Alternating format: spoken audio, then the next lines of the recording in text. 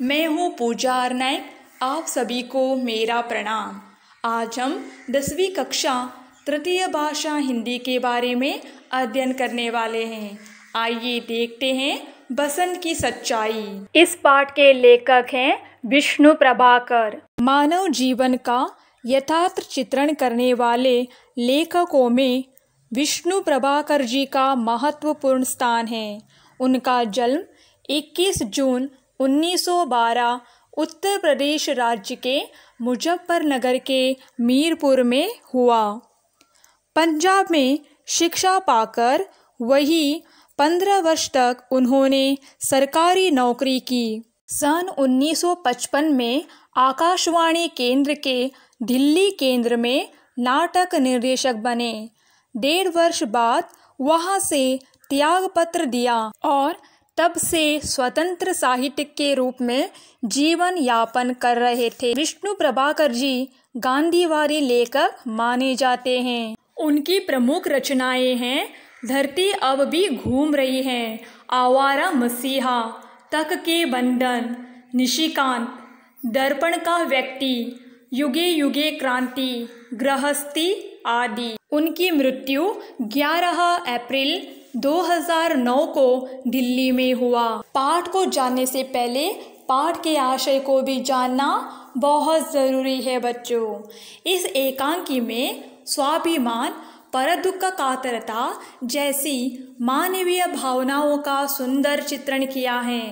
गरीब होकर भी स्वाभिमानी और परिश्रम की कमाई से जीने वाले बसंत और प्रताप एक और है, तो दूसरी ओर कंगालों के प्रति हमदर्दी दिखाते हुए आदर के साथ व्यवहार करने वाले राजकिशोर जैसे पात्र अनुसरणीय हैं। पाठ में आने वाले कठिन शब्द हैं छलनी का मतलब जालीदार छोटा उपकरण, एक आना मतलब 6 पैसे, रुआसा रूने जैसे, अहीर ग्वाला, ऊंट बेचना मतलब दर्द सहन करना, फेरी वाले घूम फिर कर सामान बेचने वाले व्यापारी, बुना लाना बड़े सिक्के को चिल्लर या छुट्टे के रूप में बदलना, ओसारा बरामदा या घर के आगे का भाग,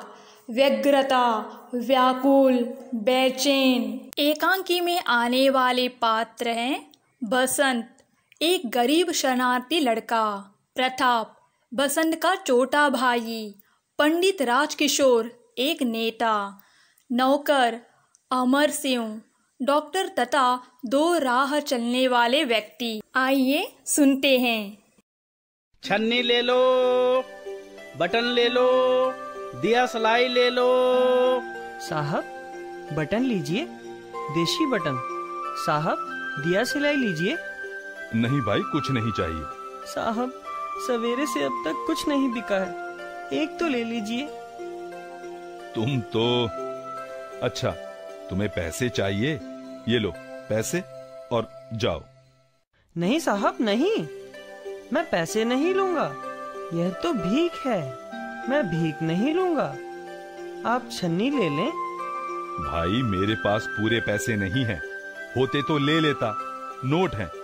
मेरे घर किशनगंज आना, वहीं ले लूंगा। लाइए, मैं बाजार से छुट्टा लाता हूँ, आप यहीं ठहरें, मैं पलक मारते ही आया।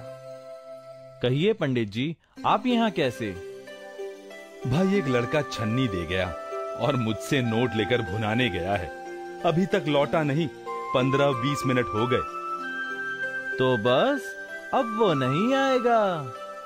बाजार के हर कोने पर आजकल ऐसे लड़के मिलते हैं जिनका काम गिड़गिड़ाकर लोगों को ठगना है। पर हाँ, आपको क्या, आप तो गरीब मजदूरों के सेवक हैं। ले भी गया तो घर में ही है। पर भाई वो लड़का तो मुझे भला लगता था।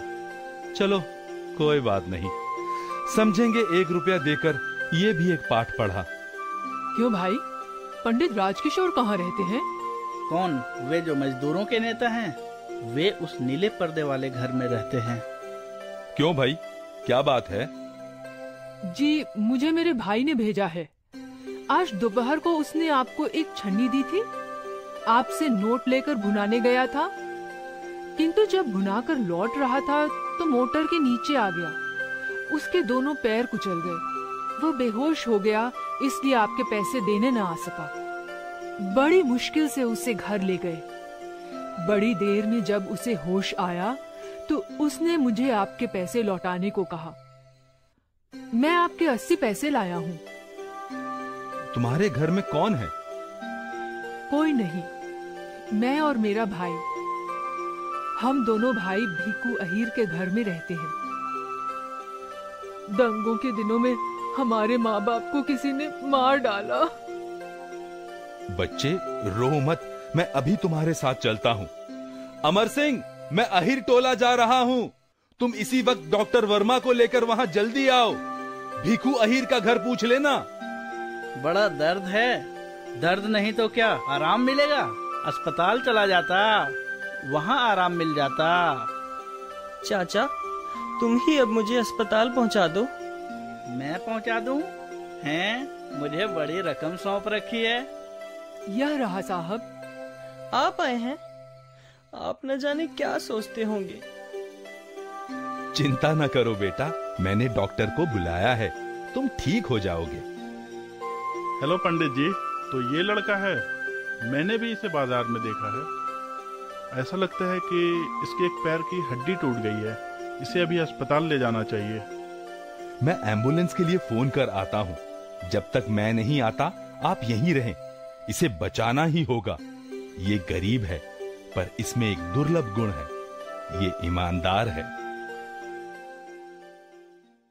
इस एकांकी में प्रामाणिकता से जीने के बारे में सीख मिलती है।